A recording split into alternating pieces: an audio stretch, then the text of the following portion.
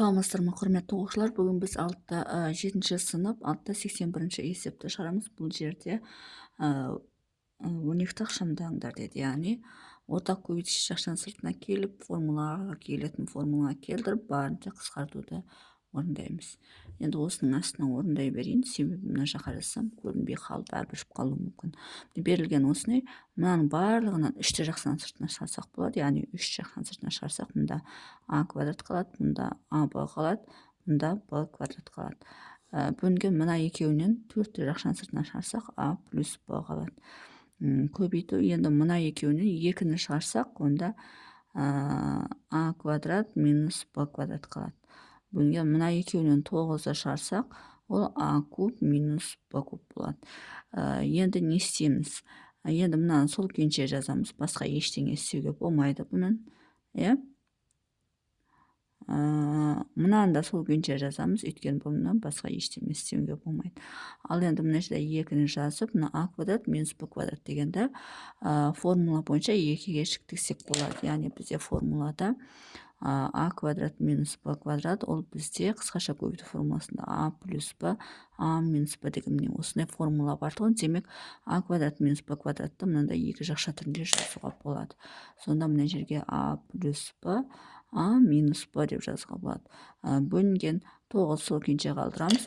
Енді а куб минус б куб деген екі өрнектің кубтарының айырмасы. Оны біз қалай жазуға болады? Формула бойынша ол а минус б, а квадрат плюс аб плюс б квадрат деген сөз. Демек, осы формула бойынша бұны мына түрде жазсақ болады. Яғни а минус б, а квадрат плюс аб плюс б квадрат деген сөз. Тең. Енді осы жерден қысқартамыз. Міне мұнамен мынау қысқарады, мұнамен мынау қысқарады.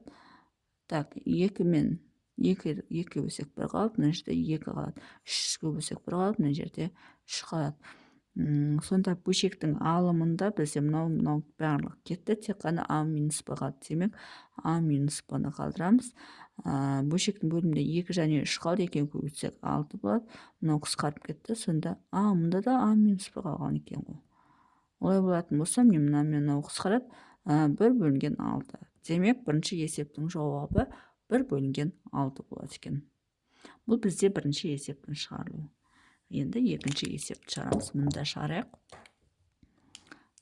Екінші есеп бізде 5х квадрат минус 10xy плюс 5y квадрат бөлу 2х квадрат минус 2xy плюс 2y квадрат бөлу 8х минус 8y бөлінген 10х куб плюс 10y куб тең. Енді не істейміз? Енді мұна жерден барлығынан 5 жақшаның сыртына шығарып жібереміз. Сонда x квадрат 10-ды 5-ке бөлсек минус 2xy плюс y квадрат бөлу. Енді мұнаның барлығынан 2-ші жақшаның сыртына шығарып жіберсек x квадрат минус xy плюс y квадрат болады. Мынаны бірден көбейтуге айналдырып жіберейік. Сонда мынау алымына кетеді. 10-ды жақшаның сыртына шығарып жіберсек x куб плюс y куб болады. Бөліміне мынаны 8 жақшаның сыртына шығарып жіберсек x минус y болады. Тең.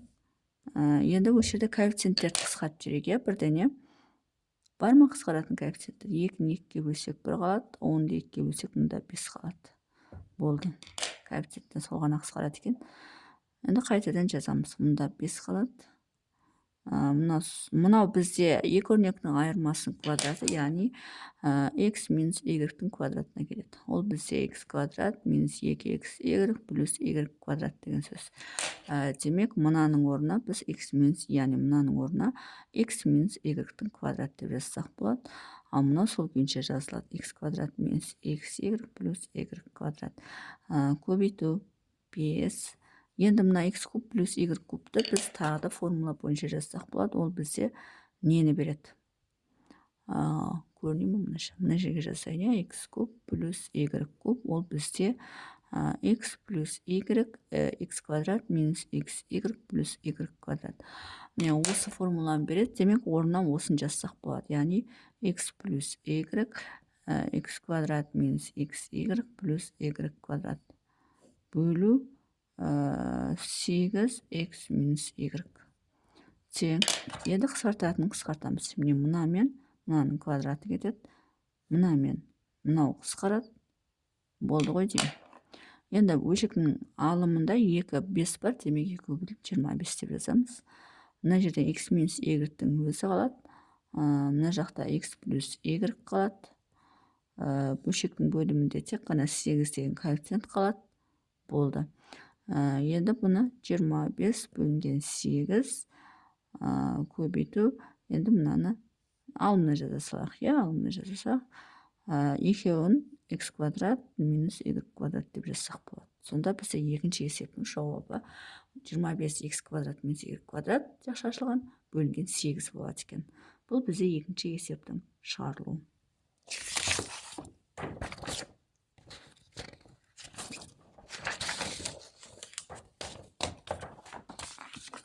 Енді үшінші есепті шығарамыз. Үшінші есепте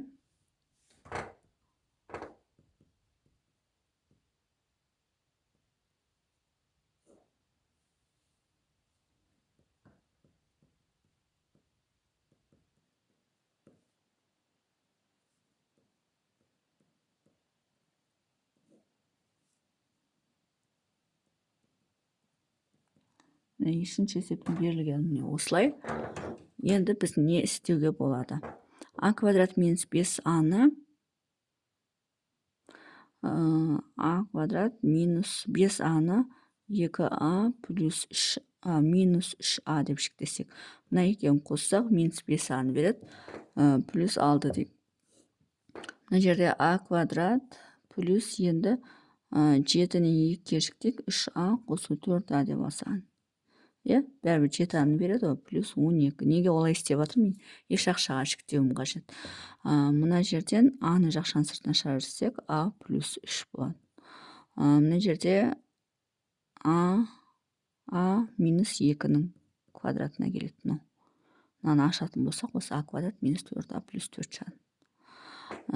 Енді не істейміз? Енді мына екеуінен а-ны жақшаның сыртына шығарып жіберсек, а минус 2 қалады. Ал мына екеуінен минус 3-ті шығарып жіберсек, а минус 2 қалады. Бөлінген мына екеуінен а-ны шығарып жіберсек, а плюс 3 болады. Мына екеуінен 4-ті жақшаның сыртына шығарып жіберсек, а плюс 3 болады. Көбейту а плюс 3 бөлінген а минус 2-нің квадраты тең. Енді мына екеуінен а минус 2-нің жақшаның сыртына шығарып жібереміз. А минус 2-нің жақшаның сыртына шығарып жіберсек, мұнда а минус 3 қалады. Бөлу мына екеуінен а плюс 3-ті шығарып жіберсек, мұнда а плюс 4 қалады. Көбейту а плюс 3 бөлінген а минус 2-нің квадраты. Енді немен не қысқарады? А плюс 3 пен а плюс 3 қысқарады. А минус 2-нің квадратымен мынау қысқарады. Болды ғой деймін. Қалғаны қалады. Сонда тең. Алымында а қалады және а минус 3 қалады. Қалғандар қысқарып кетті. Бөлімінде а плюс 4 қалады және мұнда а минус 2-нің біреуі қалады.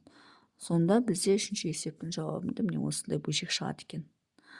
Бұл бізде үшінші есептің шығарылуы. Енді төртінші есепті шығарамыз.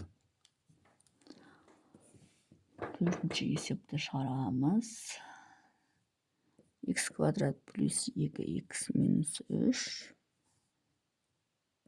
X квадрат плюс 3x минус 10. Бөлу x квадрат плюс 7x плюс 12. X квадрат минус 9x плюс 14. Енді тағы да көбейтішке еш ақшаларға шектеу керек. Сонда ғана қысқарады. Не істесек болады? Мынаны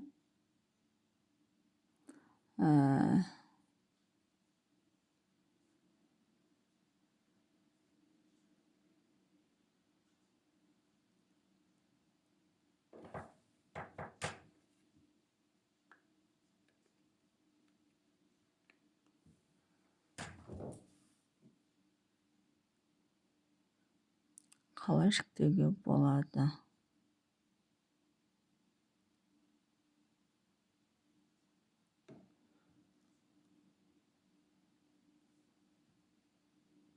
Мына x квадрат плюс 3x минус x десек. Мына екеуін қоссақ 2x шығады. Минус 3 болады.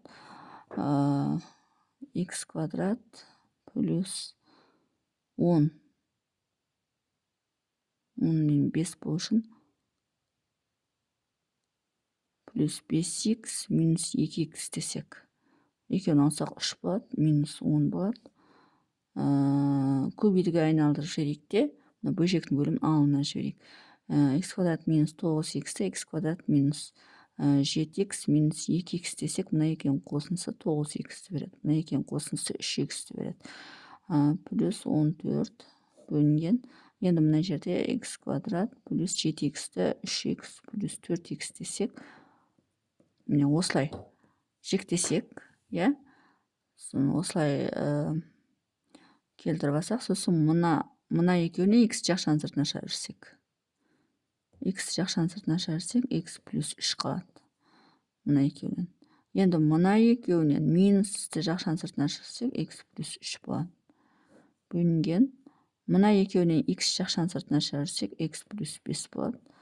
Мына екеуінен минус 2-ні шығарып жіберсек, x плюс 5 болады. Көбейту. Мына екеуінен x жақшаның сыртына жіберсек, x минус 7 болады. Мына екеуінен минус 2-ні жақшаның сыртына жіберсек, x минус 7 болады. Бөлінген. Мына екеуінен x жақшаның сыртына жіберсек, x плюс 3 болады. Мына екеуінен 4-ті жақшаның сыртына жіберсек, x плюс 3 болады. Барлық келетін сияқты. Енді мына екеуінде бірдей x плюс 3 бар. Демек, соны жақшаның сыртына шығарып жіберсек, x плюс 3 жақшаның сыртына кетеді. Мұнда x қалады. Мұнда минус, мынаның алдында 1 бар деген сөз. 1 бөлінген.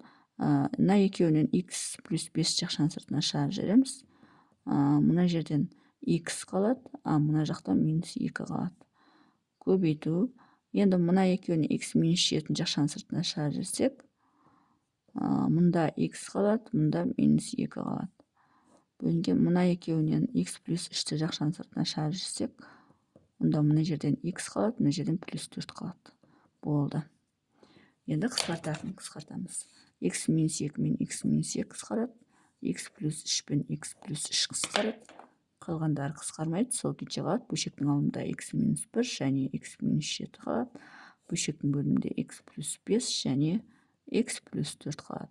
Сонда төртінші есептің жауабы міне осындай бөлшек болады. Сонымен есептің шығару жолы осындай.